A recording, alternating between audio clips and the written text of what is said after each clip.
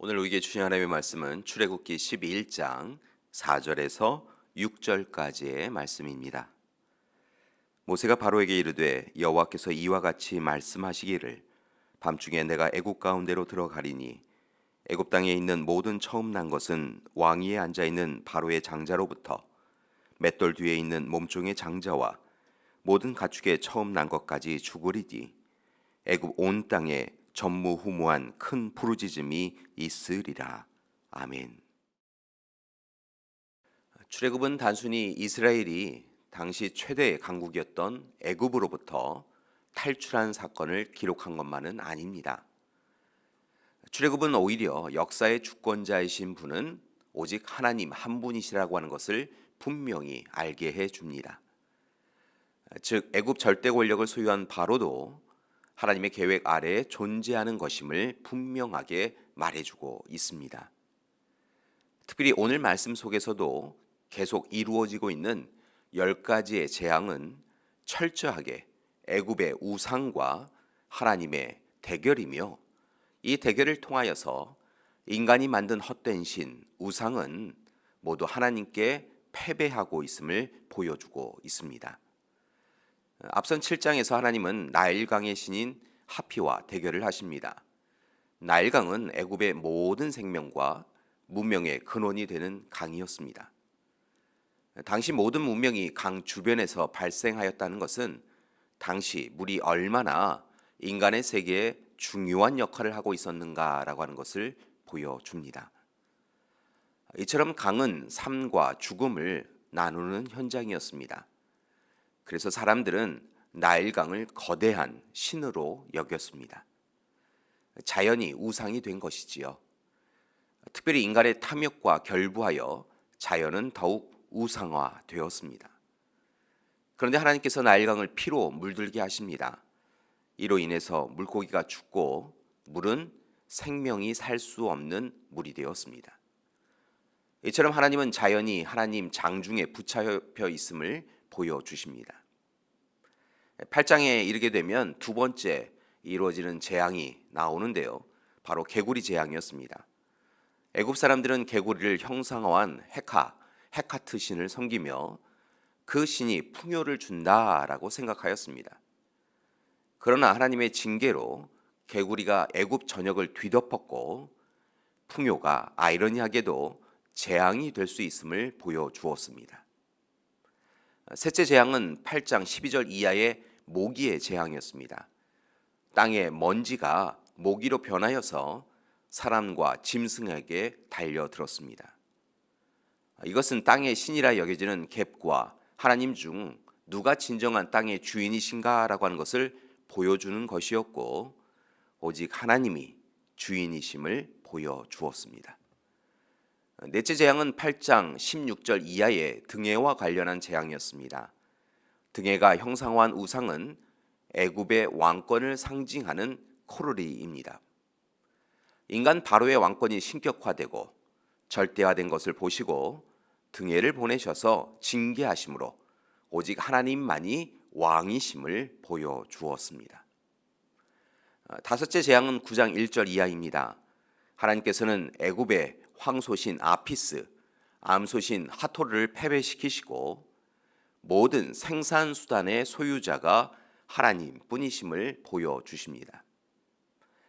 여섯째 재앙은 9장 8절 이하의 피부병 재앙입니다. 피부를 담당하는 여신 니트와의 대결에서 하나님은 그 이름으로 피부에 문제를 일으키십니다. 일곱째 재앙은 9장 13절 이하입니다. 바로 애굽 공중의 신인 늑과 수하의 대결입니다. 하나님은 우박으로 애굽을 재앙하심으로 심판하심을 통하여 애굽 공중의 신이 헛된 것임을 보여주십니다. 여덟 번째 재앙은 10장 1절 이하입니다. 하나님께서 잡다한 곤충신들과의 대결에서 승리하십니다. 하나님께서는 애굽이 섬기던 여러 곤충, 특별히 메뚜기 재앙을 통하여서 애굽의 농작물들을 완전히 황폐화시키십니다. 아홉째 재앙은 10장 21절 이하의 말씀인데요, 바로 흑암의 재앙입니다. 애굽의 최고의 신이라고 불려졌던 태양신 아몰리가 일시에 무기력해집니다. 하나님은 빛은 애굽의 신의 것이 아니라 하나님의 것임을 분명하게 보여주며 흑암의 재앙을 애굽에 내리신 것입니다. 그리고 이제 11장 4절 이하에서 우리가 함께 봉독한 말씀 가운데에서 마지막 장자 재앙으로 이어지고 있는데요.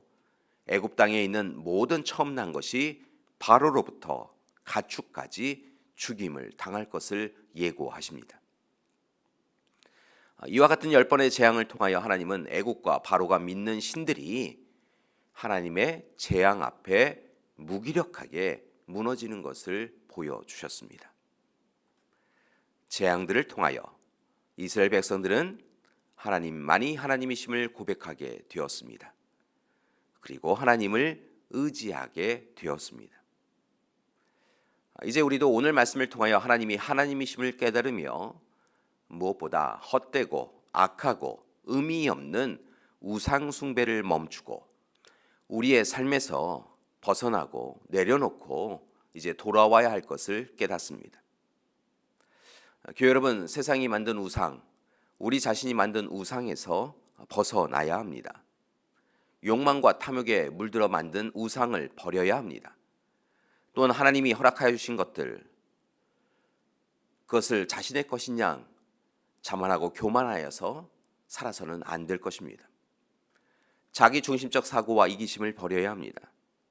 우리 사회의 무절제, 부패, 과소비적 삶을 버려야 합니다. 부도덕하고 비윤리적인 삶의 자세도 버려야 합니다. 오직 하나님 앞에 회개하고 이제부터는 더욱 힘써서 하나님의 말씀에 순종하며 하나님이 주시는 빛의 자녀로서의 소망을 이루며 살아가야 할 것입니다. 그때 하나님께서 이스라엘 백성들을 애굽에 내린 재앙에서 구하여 주신 것처럼 우리의 삶을 세상의 풍랑과 바람 속에서 구하여 주실 것입니다. 다만 이를 위하여 힘써서 이제 우리는 하나님의 사람으로 살아가기를 노력해야 할 것입니다. 하나님이 애굽에서 이스라엘 백성들을 도와주신 것처럼 지금 여기에서 우리를 분명 도와주실 것입니다. 바라기는 도우시는 하나님의 은혜가 오늘 온종일 우리 믿음의 가족과 함께 하시기를 간절히 기도드립니다. 함께 기도하시겠습니다. 사랑의 하나님, 오늘 이 시간 애굽에 내린 재앙을 통하여서 하나님께서 진정한 하나님이신 것을 보여주심을 감사드립니다. 또한 그 징계를 통하여 이스라엘 백성들이 하나님 앞에 돌이키게 해주심도 감사드립니다. 이제 오늘 말씀을 묵상하며 우리도 하나님 앞에 온전히 서나갈 수 있도록 도와주시옵소서. 오직 하나님만이 우리의 하나님이심을 고백하며 하나님 앞에 서서 하나님을 영접하고 하나님 앞에 하나님의 사람으로 다시 결단하여 살아가는 우리 되게 하여 주시옵소서. 이제는 우리 주 예수 그리스도의 은혜와 하나님의 사랑하심과 성령님의 돌이키게 하시고 온전케 하시는 귀한 역사가 하나님의 사람으로 더욱 힘써서 살아가겠습니다 결단하고 다짐하는 우리 믿음의 가족들 위해 지금부터 영원토록 함께 하시기를 간절히 축원하옵나이다. 아멘.